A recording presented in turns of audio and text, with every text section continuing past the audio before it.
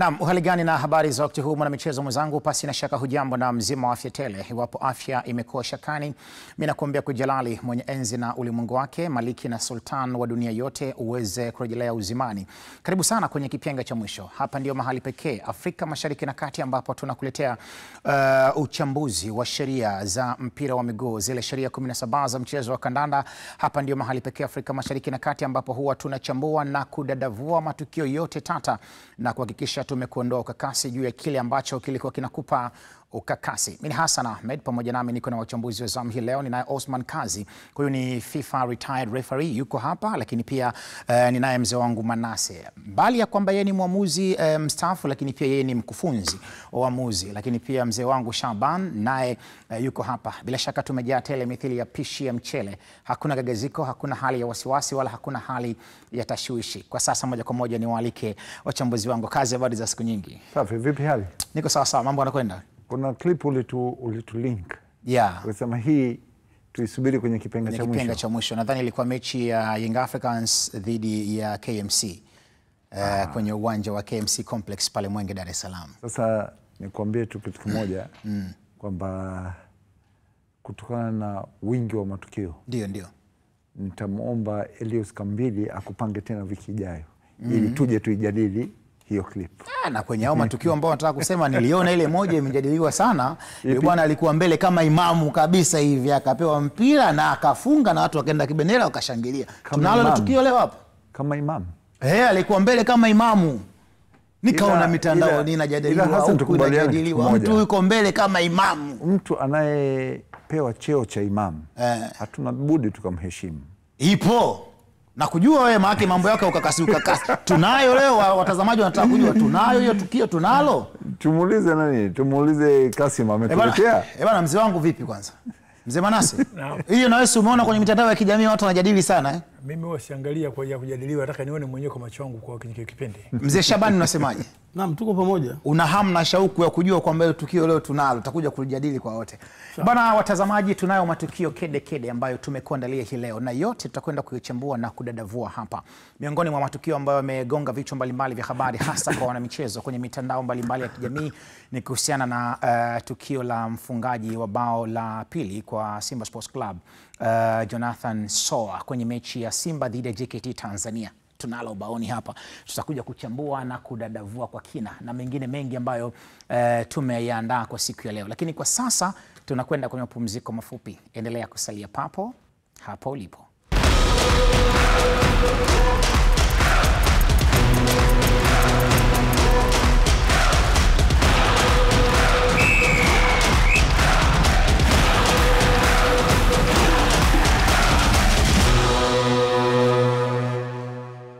Asante kwa kusalia papo huku ukiselelea matangazo haya ya papo. Karibu sana kwenye kipenga cha mwisho kwa mara ya pili. Mtawalia ni kualike, na kwa sasa ndio tunaingia kwenye kitivo chenyewe cha uchambuzi, kuchambua na kudadavua kwa kina matukio yote tata. Sasa nikwambie tu, kwa mkao wa utulivu na fikra ya kinifu, karibu tupige mbizi katika bahari ya maarifa. Kazi, tunayo matukio mengi sana. Of course. Na leo nimebeba na kipenga changu hiki. Okay. Mimi ni mtaalamu. Kadi unazo? Niko vizuri wewe. Mimi ni mwamuzi ndiye kamilika kaka. Usinitafute ubaya. Au ni hii nikipuliza nikupe tu kisa kimoja kiliwahi kutokea.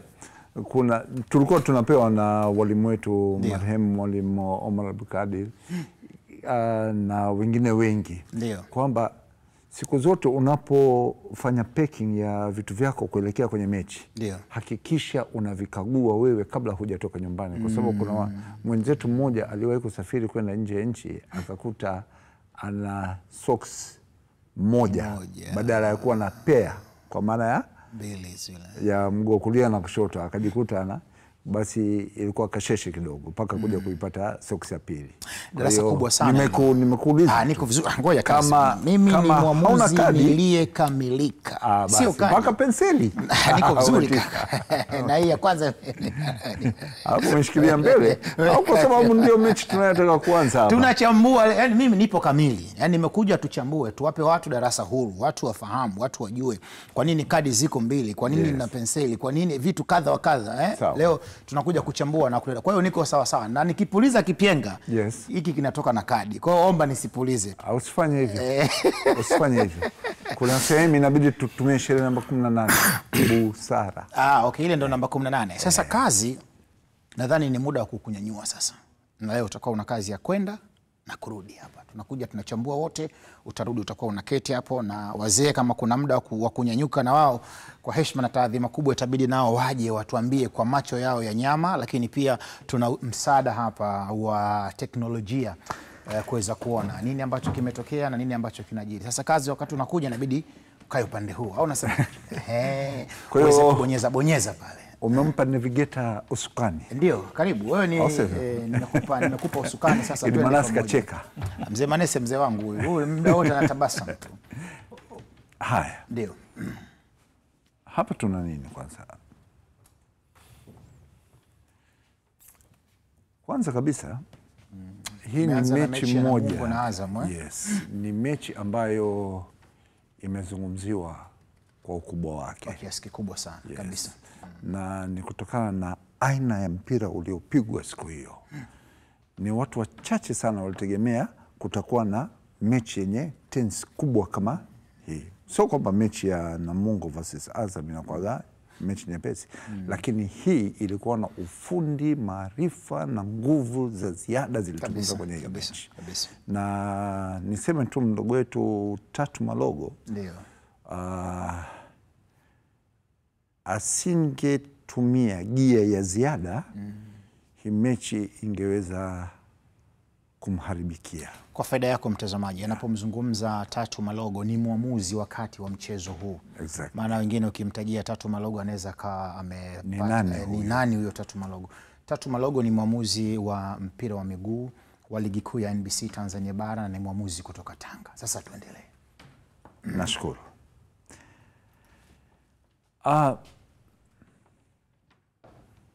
Kwanza kabisa hii ndio tukio ambalo lilitrendi sana.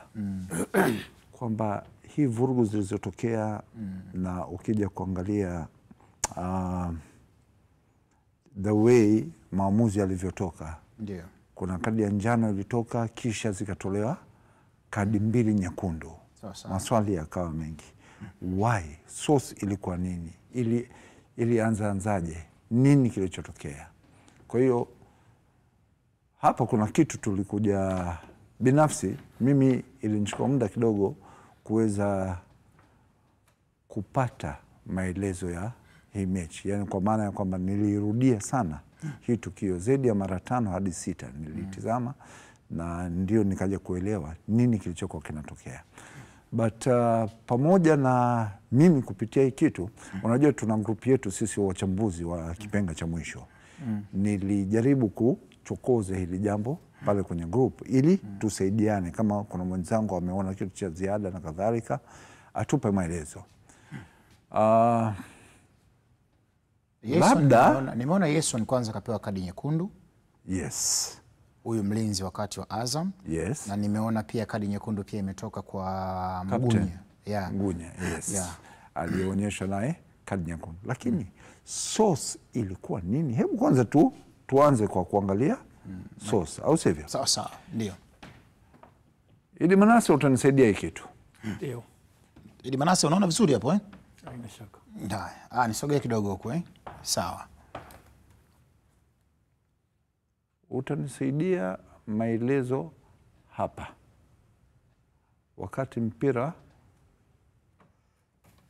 ulipokuwa unatoka kwa mchezaji wa Azam anamrudishia mwenzake huko nyuma, kuna tukio limetokea hapa. Nadhani tutakubaliana tukisema kwamba hii ilikuwa ni late challenge. Ndio. Au sivyo? Sasa tusikie pia hisia na fikra zake. Nini ambacho unadhani kimetokea hapa kwenye hili? Hapo kuna kosa lilitendeka. Mchezaji wa Namungo ndio alimchezea mchezaji wa Azam pale. Ndio. Foul. Hii foul inaitwa late challenge. Kwamba alitaka kuonia mpira but hauoni mpira, mwisho anakuja akacheza kwenye mguu mwenzie. Ameukosa mpira na akacheza mwili. Akagusa mwili mwenzie.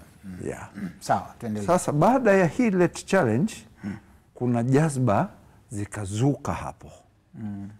Sasa kwenye hizo jazba kilichokuja kushangaza, aliyecheza foul ni mwingine na anayelaumiwa ni mwingine. Sawa. Kwa maana ya kwamba left back wa Azam, Pasco. Kwa nini alienda kumlaumu Manyanya? Sawa. Tutakuja kuona huko mbele. Ipo sababu ya kwa nini Pasco anamlaumu Manyanya.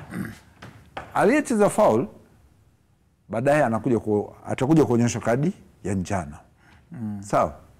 Lakini Manyanya kuna matamshi inaonekana alitoa kwa Pasco ambaye wenyewe walikuwa na bato yao. Unajua hao wawili walikuwa na bato yao kwenye hii mechi. Sawa. Kwa hiyo kulikuwa na ile ushindani wa vitendo na maneno pia. Ndio. Kwa hiyo kutokana na Pasco kuumizwa, halafu Manyanya akatoa maneno, Pasco ana react kwamba wewe mbona unaniandama sana, kwanza unichezee foul, halafu na maneno na kadhalika. Ndio source ya hii jazba kwa ujumla. Sasa mimi kinachonipa maswali, nadhani pia hata wazee wangu pale nao watakuwa na maswali mengi. Hizi kadi mbili nyekundu nakuja huko. Ndo nakuja. Nakuja hapo kwenye hizo kadi nyekundu. Sawa.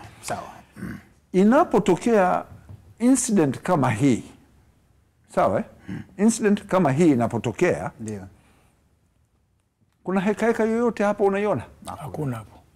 Kuna heka yoyote? Hakuna. Hamna heka. Mwamuzi hapo yuko wapi? Yuko karibu kabisa na tukio. Huyu hapa tukio. Sawa. Tunamwona alipo. Ndio. Sasa kutokana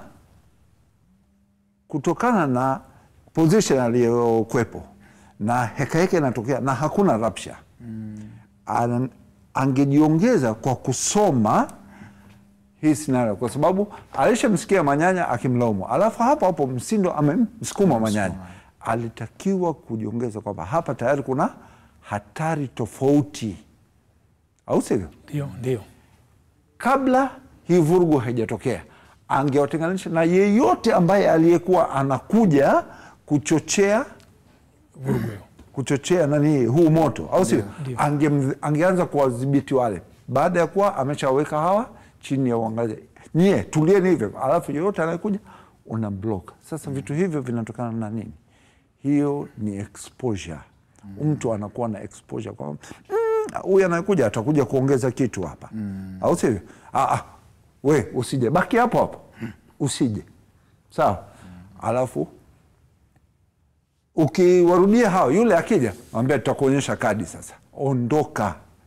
Awe na kauli ya kucommand. Sawa? Tusingefika kule kwenye zile kadi nyekundu. Sawa. But kwa sababu hakuona madhara ya hii confrontation. Hii inaitwa mass confrontation. Hawa watu wakaja wakakusanyika, huyu kamsukuma huyu kamsukuma huyu, but yet kwa maono yangu mimi, jamani, muna haki ya kuni challenge. Mimi sijaona sababu ya red card bado, kwa sababu hakuna violent conduct, ilikuwa ni kusukumana zaidi. Sijui, lakini Zendali, Idi Manase, labda nyie mnaweza sema bala hapa kadi nyekundu ilistahili kwa sababu fulani. Mzee Manase unataka kusema chochote? Karibu. Kuna mchezaji wa Azam. Hapana, huyu nani? Namungo namba 20. Ndio. Katoka alikotoka, unaona namba 12 nafikiri. 12. Alikotoka huko. Maka alionekana akatoka mbali kulikweli, anafika pale naye akasukuma vile vile. Maana alikuja amedhamiria kwenda kufanya kosa lile. Nafikiri yeye kwa sababu ndio captain. Kwa sababu alishaona kwamba mchezaji wake amesukumwa. Naye akaja akasukuma vile vile. Sasa hiyo kuja kuwapoza watu wake wale. Exactly. Baki alipokuja pale, haitakiwa aje apoze. Bwana njoo hapa, acha kwanza kitu hiki. Lakini yeye kufika pale baada ya kupoze kitu, na yeye akaja kunea kulianzisha kula kusukuma vile vile. Kafanya kosa la kufanyaje? Na kusukuma vile vile naye. Yeye kaja akasukuma vile vile. Hassan, hebu niruhusu kwanza nikakae pale ni sawa. Niongee vizuri na ndugu yangu. Upate cha kusema. Manase. Ndio. Hebu nikuulize swali moja. Sawa. Kosa la kusukuma ni kosa la namna gani? Unsporting behavior. Bila shaka. Ndio, kuna makusudi. Yes, kwa makusudi. Makusudi, maana ukishafanya makusudi, maana umedhamiria. Unakwenda kwenye kadi nyekundu. Maana makusudi alikotoka kwanza kama captain. Okay. Haitakiwa yeye kuja kuwapoza wachezaji wake ili kupunguza hiyo vurugu isiendelee. Lakini naye makuja naye tayari kishapata jaziba yake huko. Baada ya kuja kulipoza naye kaja kuliongeza. Sasa mbona Simoni yupo? Sikiliza, huyo jezi namba 12 awali alipokuja hayupo hapo yeye. Nyenye, unamzungumzia Hamisi Khalifa Nyenye. Nyenye alipofika mwanzo yeye hajafanya reaction yote. Kuna mtu akamsukuma Nyenye, baada ya kumsukuma Nyenye ndio Nyenye akarudi sasa ku retaliate. Huyo hapo Nyenye angalia anavyoenda. Umeona amefika hafanyi chochote. Amekuja kusukumwa na Fentos. Baada ya kusukumwa sasa kitendo cha kusukuma Manase, unataka kuniambia kila kusukuma ndugu yangu tutakuwa tunatoa red card? Lakini basi tunaambiwa kuna kuonya na kuna nini? Unaweza ukaanza au ukamuonya kwa mdomo. Unaweza ukamuonya kwa mdomo. Na akarudia tena basi ikapata naye. Ngoja mzee Shabani naye nimsikie anachosema. Kwa vile ni hisia na fikra mseto. Hii kadi nyekundu ambayo imetoka kwa Jason Fuentes Mendoza, kosa lake ni kumsukuma Hamisi Khalifa Nyenye na kudondoka chini. Lakini hata yeye maana yake alisukumwa na akaenda chini kama mtakuwa mmeangalia video. Ndio. Incident ya kusukuma red card hapana. Mimi hapana red card. Mimi red card hapana. Mzee Shabani naona naye anataka kuzungumza kitu. Karibu sana mzee wangu. Naam. Mimi kwanza nitupe lawama kwa kapteni. Lawama zangu nyingi zimwendee huyo kapteni wa Namungo. Hamisi Khalifa Nyenye. Hamisi Khalifa Nyenye, movement yake aliyokuja nayo kutoka huku. Kwa sababu tukio lilikuwa somewhere. Yeye ametokea kule. Kazi yake ya kwanza pale mimi nilikuwa najua anakwenda kumsaidia referee. Kumbe naye kaenda. Hapo. Muangalie Nyenye anafanya nini? Kafanya nini Nyenye? Hajafanya chochote. Jamani hebu angalieni. Sasa hebu nisaidie kuiliwanja. Sio nakuja huko. Nisikilize kidogo. Angalia. Yaani mimi nataka tunapoanza kuhukumu, tunaanza kuhukumu nani hii? Mimi na maelezo. Intention. Huyo kabla tusikie maelezo. Kwanza nina maelezo. Alipotoka kule, plani yangu ya kwanza mimi, najua anakwenda kwa referee kwenda kumsaidia. Hakutoa msaada. Lakini jambo la pili, mimi nataka niongane na kazi kwamba tukio yote yalotokea kwenye vurugu hii. Hapa hakuna tukio la red card. Kwa nini nakwambia hivyo? Mbona Yesu naye amesukumwa?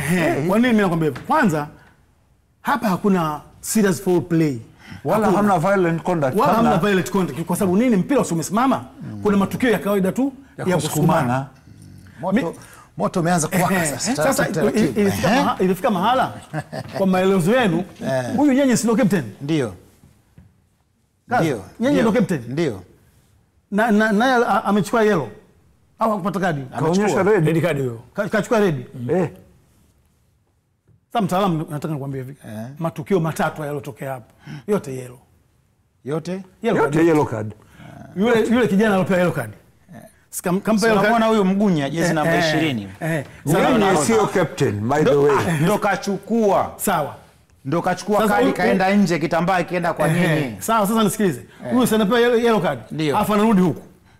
Alafu huyu unaona katika vua na kitambaa. Yule Faris kabaki na watu wawili. Nani? Kabaki na Jason Fuentes Mendoza, kabaki na Nyenye mwenyewe. Mendoza yellow na yule mwingine yellow. Yellow tatu pale.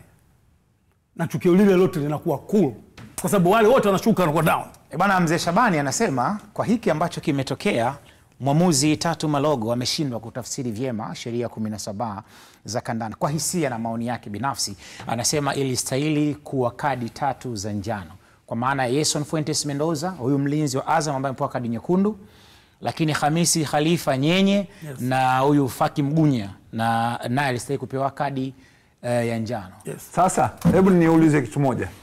Nani hakustahili kadi ya njano kwa retaliate kwa Manyanya? Nani? Yupi? Aliyechezewa foul Pascal Msindo. Msindo.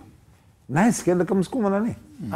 Msindo baada ya kufanywa rafu, baada ya kusukuma kanyanyuka, ameenda kumsukuma Manyanya. Yellow. Kwa sio 3 sasa. 4.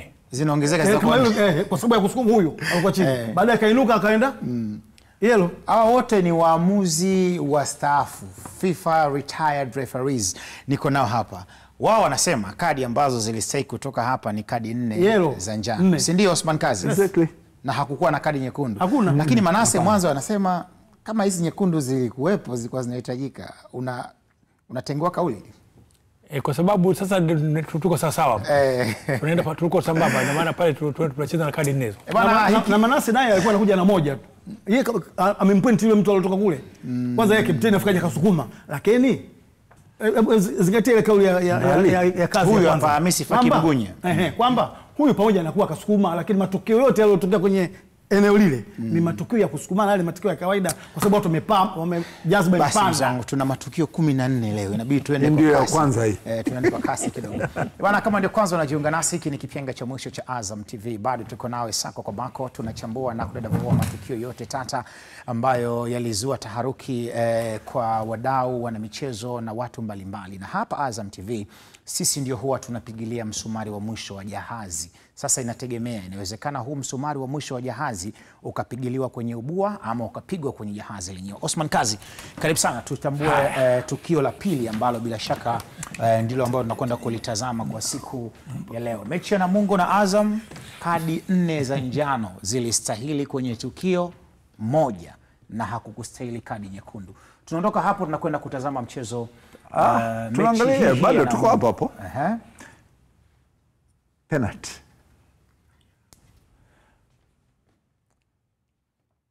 Heritier Makambo. Heritier Molangi Ebeneza Makambo aka Makambovic. Heritier Molangi Ebeneza Makambo.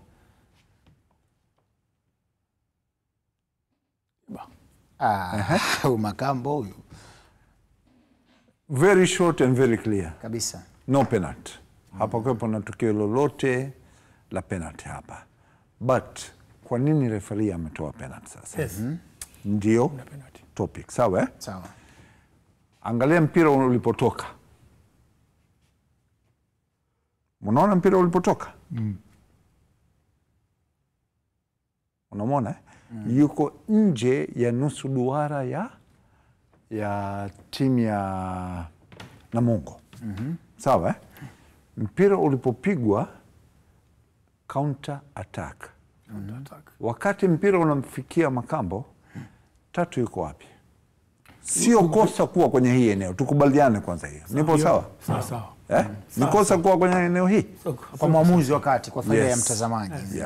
Eneo ambalo yuko mwamuzi sio kosa. Sio kosa hata kidogo. Sasa inapotokea scenario kama hii, sawa? Imepigwa counter attack. Assistant referee number 1. Ndio. Sawa? Alitakiwa kuingia ndani ya uwanja. Sawa? Kuwa karibu kidogo na shambulizi hili, kwa maana ya Makambo pamoja na defender wa Azam ambaye alienda kumchallenge Makambo hapo. Zuzu. Then mpira unavyoenda, unaona Tatu wanazidi kupotea, haonekani kwenye hii eneo. Kwa hiyo wakati hii scenario inatokea, Tatu bado haonekani. Distance ni kubwa na sio kosa kwa hii distance kutokea, because ilikuwa ni counter attack. Sawa. So aliyetakiwa kumsaidia Tatu Malogo hapa ni assistant namba 1 ndio alitakiwa amsaidie. Ndio maana ya kitu kinachoitwa cooperation. Yes. Sawa Hassan? Cooperation. Hii picha imewahi kuhama. Kuna kitu nitaka nione kwa mwamuzi msaidizi alichofanya baada ya tukio. Yani isitoshe katika hii penalty ilivyotolewa, kundi la wachezaji wa Azam walimfuata mwamuzi na kumwambia kapate ushauri wa assistant wako. Na Tatu alienda kwa assistant wake na akarudi akasema penalty. Kwa maana hiyo assistant alimwambia bana, upo sawa.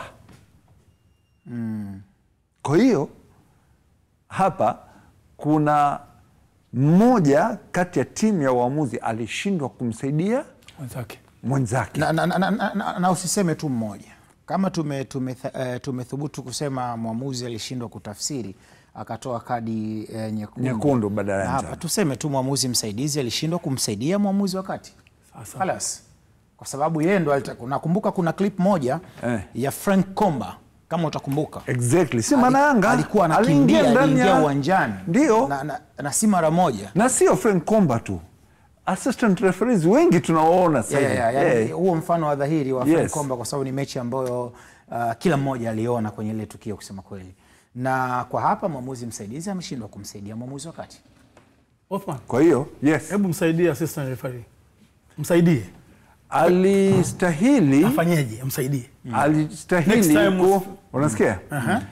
Karibu mzee wangu. Angeingia ndani ya nani hii? Angeingia ndani ya field of play. Yes. Unasikia?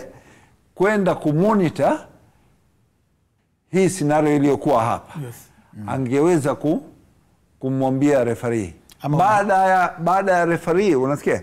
Baada ya referee hata kupuliza filimbi ya penalty labda. Au sivyo? Yeye alikuwa na uwezo wa kunyanyua kibendera na kumuita referee na kumwambia no. Sasa sikiliza. Unasikia bwana? Ndio. Assistant referee angefanya hiki anachosema Othman kazi. Angefanya. Yaani angemove tu apite ule mstari wa touchline aingie ndani. Yule Tatu asingepiga filimbi hata kidogo.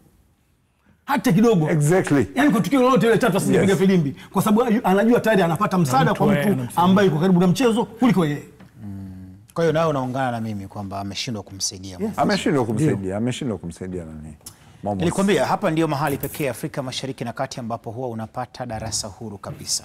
Mzee wangu Shaban amelazimika kunyanyuka kuja kutoa ufafanuzi. Kile alichokifanya Frank Komba kwenye mechi ya Simba na Yanga ndicho ambacho alitakiwa kufanya mwamuzi msaidizi kwenye mechi hii kati ya Namungo dhidi ya Azam ambayo imepigwa pale katika uwanja wa Majaliwa Ruangwa mkoani Lindi. Tumekubaliana hilo Manase? Ndio, kwa sababu wanasema kwamba pale unapoona kwamba mwamuzi yuko mbali na mpira na wewe ndio kwenye nafasi yako, maana yake sogea ndani ili uweze kuwasaidia wenzio. Basi hilo nafikiri halina shaka. Tunaondoka Ruangwa tunakuja Dar es Salaam sasa. Tunakuja KMC Complex. Kuna tukio lilivuta hisia. Wakati mechi inachezwa nilipigiwa simu na mmoja wa washabiki wa kipenga cha mwisho akihoji goalkeeper akiwa amedaka mpira alafu wakati anakimbia anaenda anamsukuma mshambuliaji ndani ya penalty area, maamuzi gani anatakiwa kutolewa? Amekuuliza swali zuri sana. Hassan, kipenga kinasaidia sana kaka. Watu sasa hivi wameanza kuelewa sheria. Unaona? Sasa nikaja nikaitizama kwa utulivu hii scenario ya Djigui Diarra. Sasa hapa naomba nikae nitumie simu yangu. Natumia simu yako alafu wakati huo pia tunavutwa wakati ni ukuta Sawa. Hii ndio tukio la mwisho tunaizungumzia. Na hili ni miongoni mwa matukio. Unakumbuka jamani kwenye group yetu ya nani? Ndio. Ya wachambuzi wa kipenga. Sawa. Tulijadili sana hii swali. Au sivyo? Na tukasema Mwalimu Mteza alituambia katika kuchambua hii tukio zingatieni yafuatayo. Sheikh, hatuishiwi na nani hii na elimu. Unasikia? Mwalimu Mteza alituambia Mzee Hemedi huyo. Hemedi Mteza. Alisema. Na tuna dakika moja tu tuende mapumziko. Naomba tutumie dakika 2. Tumalize hili kabisa. Sawa. Hata Haji Kalindo alichangia hivi. Alisema hivi, kusudio lake nini? Kucheza au kupiga umiliki mpira bado unakuwa mtovu wa nidhamu. Kusudio la aliyefanya kosa. Sawa? Mpira ulikuwa mchezoni. Ya 3, hii kakosea au ni ugomvi? Au kadhamiria.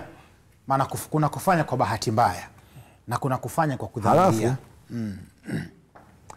Ya mwisho anasema, kwa hii jinsi ilivyo, kusudio la wachezaji wote wawili ilikuwa nini? Intention ya Diarra na intention ya huyo mchezaji. Sasa nimekupa dakika 1. Maliza tuondoke. Namaliza. Na mimi ngoja nikae huku. Unaona? Kona imepigwa. Diarra amesumbuliwa na mchezaji yoyote wa timu pinzani? Hajasumbuliwa.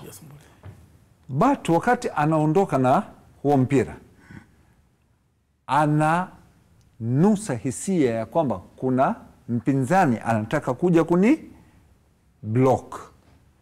Kumcheleweshea kuanza haraka. Kwa hiyo yeye anahama sasa kutoka kwenye ile njia, anamfuata yule ambaye alikuwa anataka kuja kumblock. Sasa hapo ndio swali linapokuja.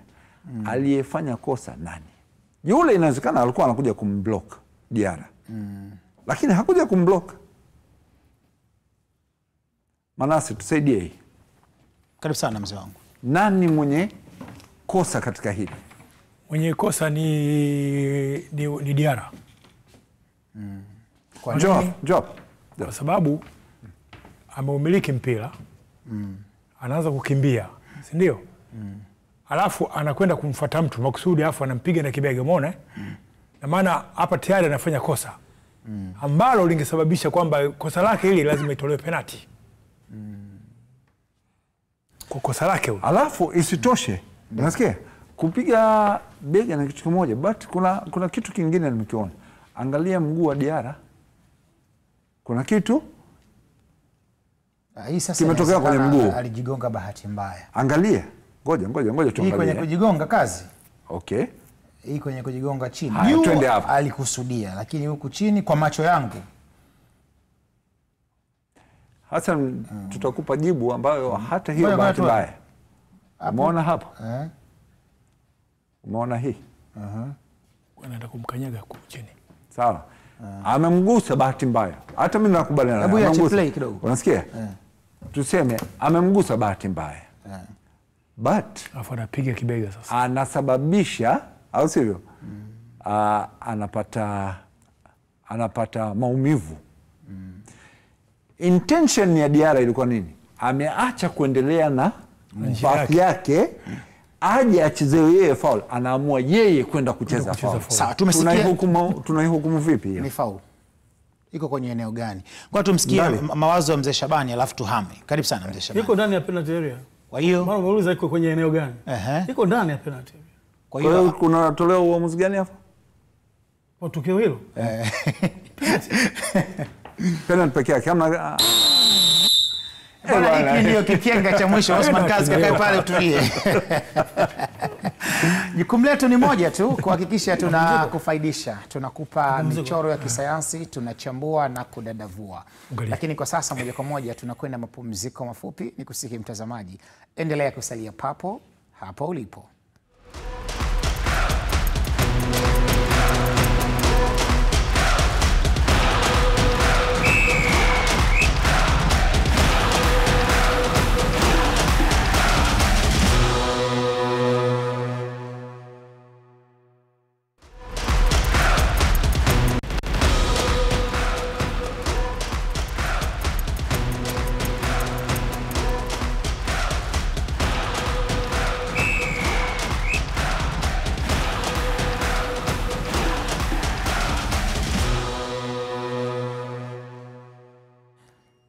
Umefanya jambo kubwa kwelikweli kuendelea kusalia papo huku ukiselelea matangazo haya munakash kabisa. Mimi Hassan Ahmed, pamoja nami niko naye Osman Kazi, mzee Shabani yuko hapa, lakini pia ninaye mzee Manase. Hawa wote ni waamuzi wastaafu, lakini pia mzee Manase yeye ni mkufunzi wa waamuzi kama ambavyo inajulikana hivyo. Osman Kazi pia yuko hapa, huyu ni FIFA retired referee ambaye anatupitisha kuweza kungamua na kujua kazi. Swali moja tu ambalo mimi nimeondoka nalo wakati mnamalizia kuchambua ile ya Diara kwenda kumpiga mtu kibega kama sio kiwiko. Sasa tukasema pale mwishoni ni kwamba mwamuzi hakutafsiri chochote. Je, kwenye sheria zile 17 za mchezo wa kandanda ilistahili kuwa kadi au ilistahili kuwa adhabu ama ilistahili kuwa kitu gani? Intention of the player ndio inayopeleka kutoa kadi au kutokutoa kadi. Kusudio la Diara ilikuwa ni kumchallenge mpinzani wake na alifanikiwa kumchallenge, na sisi tunahukumu ile intention, kusudio lake. Ilistahili kadi ya njano kwangu mimi, sio kadi nyekundu, kadi ya njano. Yeah. Exactly. Kadi ya njano Yes. Na mzee Manase nao unakubali? Kadi ya njano na penalty hapo.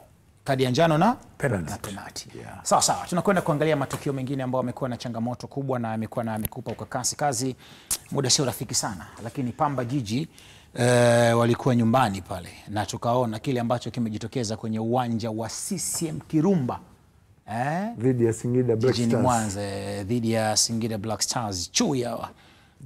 Yeah. Na hii mechi nimependa nani hii reaction ya assistant referee. Anamwambia kwamba huo mpira umetoka kabisa. Si Zawadi Yusuf huyo. Zawadi mmoja kati ya waamuzi wasaidizi bora tuliokuwa nao. Tulojaliwa nao. Bana, hii cross ya chini. Yes. Kwa hiyo maamuzi yalikuwa sahihi kabisa. Ya kabla goli haijafungwa. Anamwambia wacha bwana wewe. Exactly. Yeah. Tuendelee kazi. Maamuzi ya Zawadi ni ya kupongezwa, alikuwa makini na alisisitiza, pamoja na kwamba goli liliingia, maamuzi wake akawa hamtizami yeye, na maamuzi alishakubali goli. Baadaye anakuja anakuta bendera ya Zawadi Yusuf ipo juu, anabadilisha maamuzi, anasema throw in, mpira urushwe, na yuko sahihi. Huyu ni Amina Kiando. Maamuzi wakati sio? Yes, ambaye hii mechi imemletea shida na ameondolewa kwenye amesimamishwa kwa mechi tano. Hii mechi ilikuwa inaamuliwa na kina mama, maendeleo makubwa sana. Huyu umemwita assistant referee ni Zawadi? Huyu ni msaidizi Zawadi Yusuf. Anaitwa nani? Zawadi Yusuf. Wakati anaamua yuko kwenye good position. Obviously yuko kwenye nafasi yake pale. Yuko kwenye nafasi nzuri sana. Amefanya kazi yake inavyostahili. Haina haja ya kujadili sana bila shaka. Tuondoke hapo. Hii haina shida hii. Basi tuangalie ya pili. Nafikiri tuangalie ya pili hii. Okay, sawa. Kwa hiyo bwana, kwa faida yako wewe mwana Pamba, waamuzi walikuwa sahihi kwenye kungamua ile, na nadhani Kipyenga imekurahisishia. Bado tuko kwenye mechi hiyo. Mtu mmoja awe anafuatilia hii kipindi. Nani? Ni mdau mkubwa sana wa timu ya Pamba. Kaka yetu Alibai. Huyo na Pamba dam kama pete na chanda. Exactly. Sawa. Hili ni miongoni mwa matukio ambayo pia yameibua ukakasi. Ni stop kidogo. Hii hii usitusubiri sisi hukumu. Hebu hukumu wewe. Firimbi unayo, kadi unayo, hukumu Hassan, hukumu. Naijua hiyo. Hukumu. Naijua hiyo kazi. Sawa, hii hukumu. Mimi nakupelekea wewe ndo hukumu. Kipenga cha mwisho ni darasa inafundisha watu. Wewe miongoni mwa wanafunzi. Hukumu, tumekupa mtihani walimu wako. Kaka, mimi sitaki hukumu. Mimi nitasema, Ndadi atasema, na nani Manase, wote tutasema, lakini anza wewe. Abdullahi Yonta Kamara huyo. Na Trabi hapo vipi hapo? Maana hawa waliruhusiwa, unajua kwa mujibu wa kanuni zile, kwamba mnaulizana bwana, hawa watumiki kwa sababu wako kwa mkopo. Abdullahi Yonta Kamara, utakumbuka mtu mwingine anaitwa Kelvin Nation Naftao, nani miongoni mwa wachezaji ambao hapo kwa mkopo. Mimi nathubutu kusema kulikuwa kuna contract. Walimzonga. Nani aliye? Yonta alifanyiwa madhambi. Hongera, umekomaa. Nimekomaa? Umekomaa. Hii istahili kuwa penalty. Tena Scotland ikiwa bila. Sawa. Istahili kuwa penalty ambaye sikuelewa why Amina Kyando hii. Sioni sababu ya kwa nini.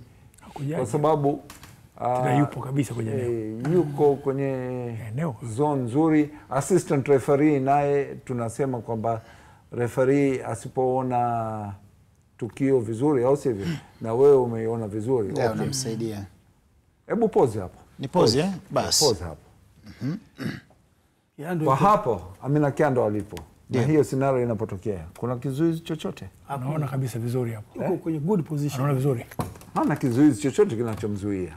Kwa mnaungana hata na waliotoa maamuzi ya kumwondosha kwenye michezo 5. Tunawapongeza. Tena Hassan hao wametengeneza pembe tatu hao. Umesikia Hassan? Angalia vizuri aliposimama Amina Kyando. Muangalie assistant referee na kwenye tukio. Hiyo ni pembe tatu shekhi. Hiki tukio kama walipo wanaondoka wanasema hiyo triangular movement. Na wameondoka Amina Kyando na assistant namba 2. Namba 2. Yes. Naweza nikasema hii ni moja kati ya tukio lililosababisha uko sahihi kabisa unaenda. Tuangalie. Bila shaka Amina, una cha kujifunza kwenye hili. Jopo la wachambuzi wabobevu kabisa, wanaweza ukawaita watopezi, magwiji hawa, majagina, wametafsiri kwamba hapa ulishindwa kuitafsiri vyema. Nachelea sana kusema lolote kwa sababu Amina ni mwanafunzi wangu. Ndio. Darasa langu mimi ni Morogoro, kwa hiyo wewe mwanafunzi wangu. Basi bwana, utaongea naye, utazungumza naye, utaongea na mwanao, na utaongea na mwanao kama baba kama mwalimu. Sawa, tuangalie tukio lingine ambalo lilionekana kuwa na ukakasi kwenye mechi hii kati ya Pamba Jiji dhidi ya Singida Black Stars. Okay.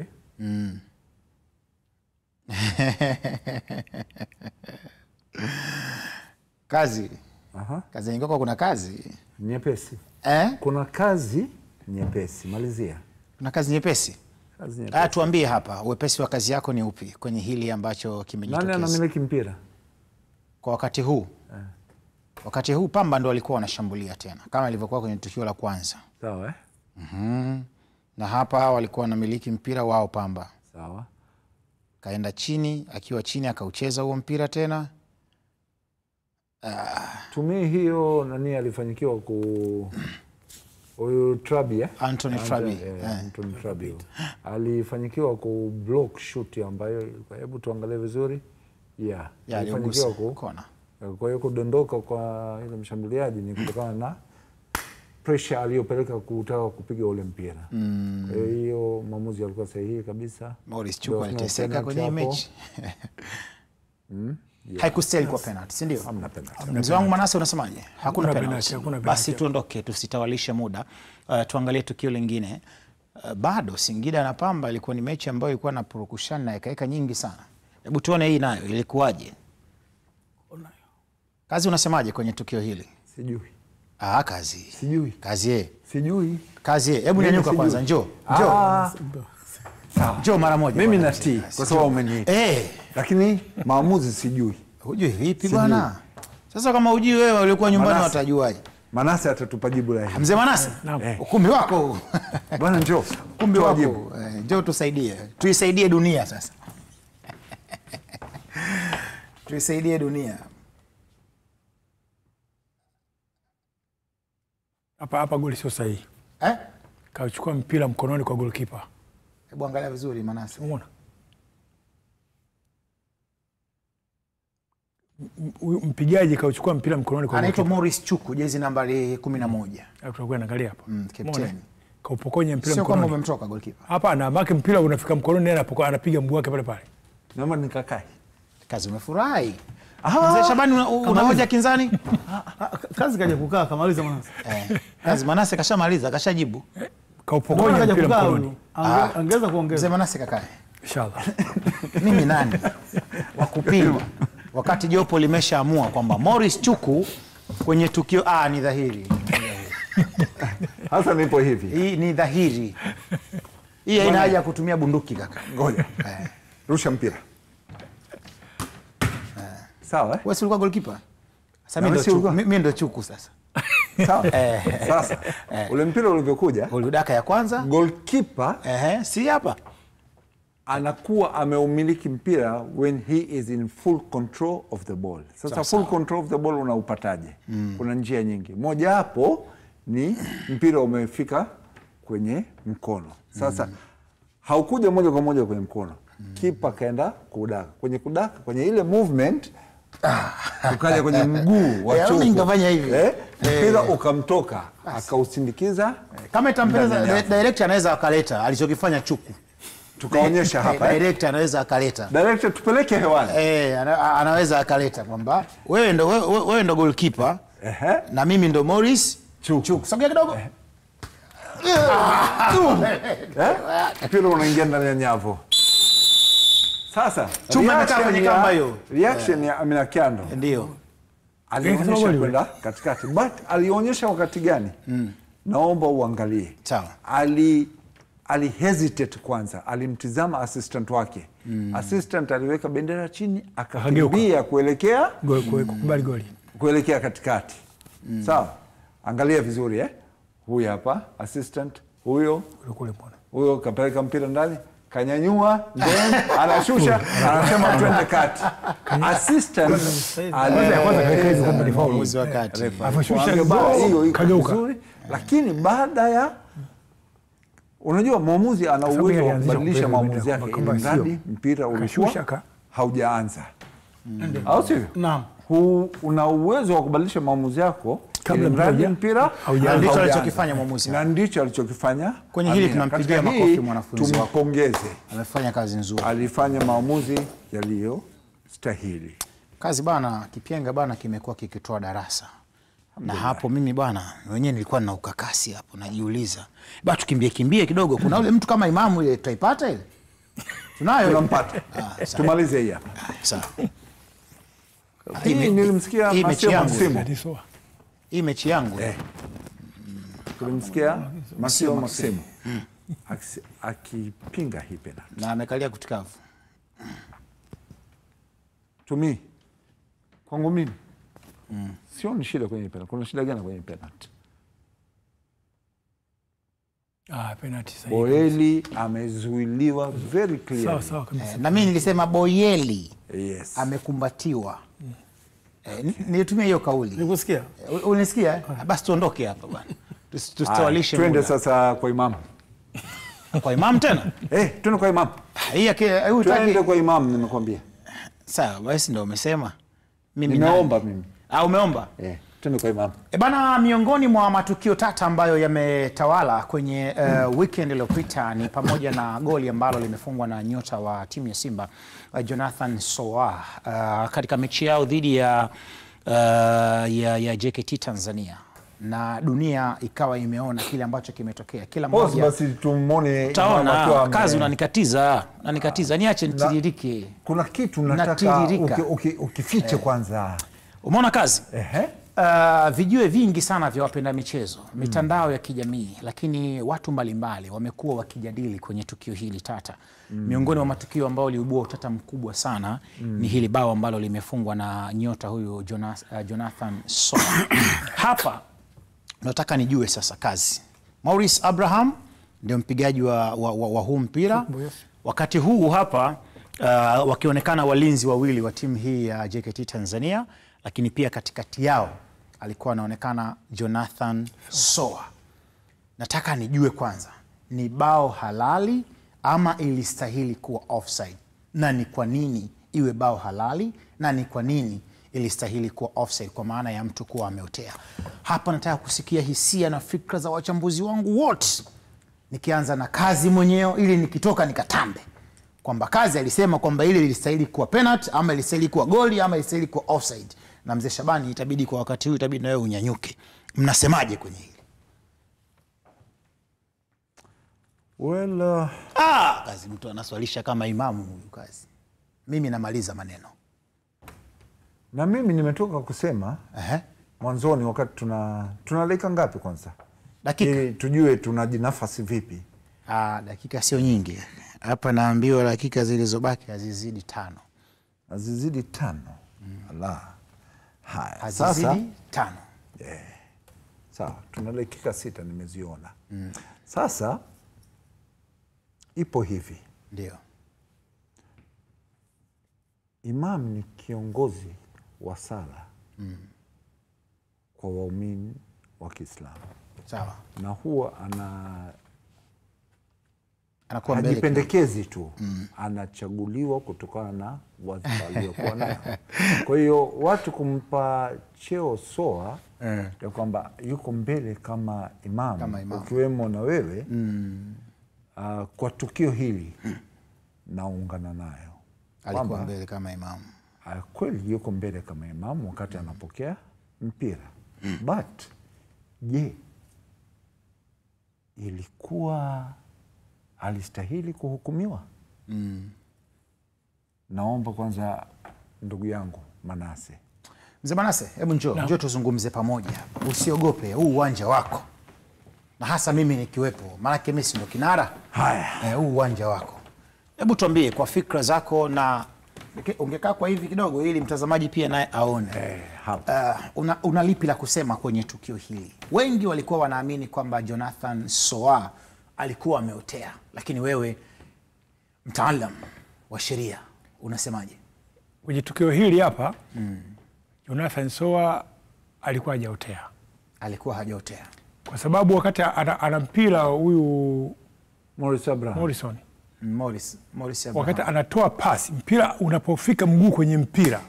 Pause hapo, pause. Ni pause kidogo. Pause hapo. Pause. Mpira unafika kwenye mguu unaondoka. Jonathan alikuwa si offside. Alikuwa sambamba. Tena alikuwa hayupo kwenye offside position. Hayupo kwenye offside.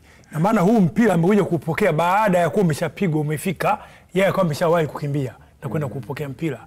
Hatuwezi kumkamata offside mtu kupokea mpira. Tunakamata mtu offside baada mguu wa mwisho unapiga ule mpira. Je, ulikuwa umeshafika? Na je, wakati unapiga ule mpira, huyu bwana alikuwa ina nafasi ya kuotea? Wakati huu mpira unaondoka hapa kwenda kule, ina maana huyu alikuwa hajaotea bado. Na kupokea kwake mpira huwezi kumwadhibu kwamba ni offside wakati mpira umekwenda kwa wakati. Mzee Manase. Tafadhali. Mzee Manase. Msikiza kwanza. Ngoja kwanza nimsikilize. Hebu unganika na Mzee Shabani, njoo. Mimi labda sioni vizuri. Hapa sawa. Na mguu na mpira. Hebu ngoja niwatengenezee kitu. MJ ngoja niwatengenezee kitu. Wewe unasemaje kwanza hii kwenye hili tukio? Ngoja nione. Na unakuja kuona. Ngoja niwatengenezee kitu. Hapo. Haya. Msadam. Uwanja wenu sasa. Simona? Huu mpira unaondoka. Huu mpira unaondoka. Hakuna offside hapa. Huko kumbe mpira ulikuwa ushapigwa. Mpira umeondoka. Huyu hakuwa offside. Huwezi kumkamata offside wakati anapokea mpira, wakati mpira tayari unaondoka. Huyu bwana ameondoka kuja kupokea mpira hapa wakati tayari offside ilikuwa haipo. Mzee Manase, sawa, umenitosheleza. Sasa nisikilize. Kakae pale Mzee Shabani, tumalize. Tuna dakika moja tu nisikilize ya kumaliza hili. Watu wote wanaosema Soa alisimama kama imamu, ndio wanakosea kwenye movement hii ya mwisho. Soa kuna kipindi alikuwa kwenye offside position wakati kabla huyo Morris Abraham hajapiga mpira na hajapokea kutoka kwa mtu mwingine. Ndali. Soa alikuwa kwenye offside position wakati mpira wapo. Hili si tukio la mwisho. Wapi wanapomwona Soa kwamba yuko peke yake? Wakati anapokea mpira. Mpira ushatoka. Watu washatoka. Ngoja tu play. Yeah. Ngoja tu play. Mpira huo umetoka. Sasa no, mpira ushatoka. Hapo. Sasa sikiliza. Sikiliza sasa. Hapa huwezi kumfanya Soa kwamba imamu. Kwa nini position ile? Wakati anapokea si alikuwa kama imamu. Wakati anaopokea. Si ushapigwa. Wao wanazungumzia wakati anapokea alikuwa kama imamu. No. Ile move imefuata move. Ngoja nirudishe nyuma kidogo. Alafu ngoja nikae kwa hapa. Ngoja nikae kwa hapa. Alafu sawa. Ngoja kazi tusimkatize. Ngoja amalize. Huyo mtu anaambia kama imamu. Unamwona eneo lile ambapo amepokea mpira. Alikuwepo pale wakati mpira ndugu yake anapiga. Huko kwenye screen wanataka wakuone, hawataka kuona mgongo. Morris mnasema. Morris Abraham wakati anapiga mpira hivi. Wakati mguu wake unakwenda kwenye mpira. Huyo mnomwambia imamu alikuwa kama imamu? Hapana, hakuwa kama imamu. Basi hakuna offside sasa kama hakuwa kama imamu. Bana, nilikuwa na wachachawiza. Shukrani sana mzee wangu Shaban. Imamu alikaa kabla swala haijakimiwa. Imamu lazima swala ikimiwe ndio awe imamu. Bana, unasikia maneno. Unasema sijakupata vizuri bado. Imamu unaweza kuwa pale unakaa unatoa mawaidha tu. Pengine lakini huswalishi. Unatoa mawaidha tu. Sasa tuwezi kuita imamu. Sasa ungewatazama watazamaji wetu. Bilali akisimama anakimswala, mtu alikuwa mbele ndio anaitwa imamu. Na Mtume anatufundisha kwamba imamu atambulike kabla ya kukimswala. Kwa hiyo yule sio imamu pale. Bwana, shukrani sana mzee wangu. Yumkini ya ziada yako mengi sana, na huu ndio uhondo wenyewe wa kipenga cha mwisho. Nilikwambia hapa ndio mahali pekee Afrika Mashariki na Kati ambapo tunakuondosha ukakasi, matukio yote tata yenye utata na mambo mengine kadha wa kadha. Hapa ndipo ambapo huwa tunawaondoa ukakasi. Anaanzia hapa kabla kusambaa na kutandawa ulimwenguni kote. Asante sana Osman Kazi. Ilikuwa ni kazi kubwa sana. Shukrani sana pia mzee Manase, mjadala ulikuwa mzito sana. Mzee Shabani mpaka imelazimika umenyanyuka sana. Lakini Saddam pia amefanya kazi kubwa sana ya kutukatia haya matukio na kutuwekea michoro. Mambo yamekuwa mepesi. Usisahau kumpongeza na kijana wetu aliyetuandalia hizi clips, Kasim. Shukrani sana Yusuf Mjanaheri ambaye yeye kwa namna moja ama nyingine alikuwa ndio kiongozi wa matangazo haya, na wale wote ambao wamehusika. Siwezi kuwataja wote majina, lakini kusema kweli yumkini ya ziada yako mengi sana. Leo tunakomea hapa na tunaweka nukta. Tukutane juma lijalo panapo jala yake Jalali. Mimi ni Hassan Ahmed. Asante na kwaheri kwa sasa.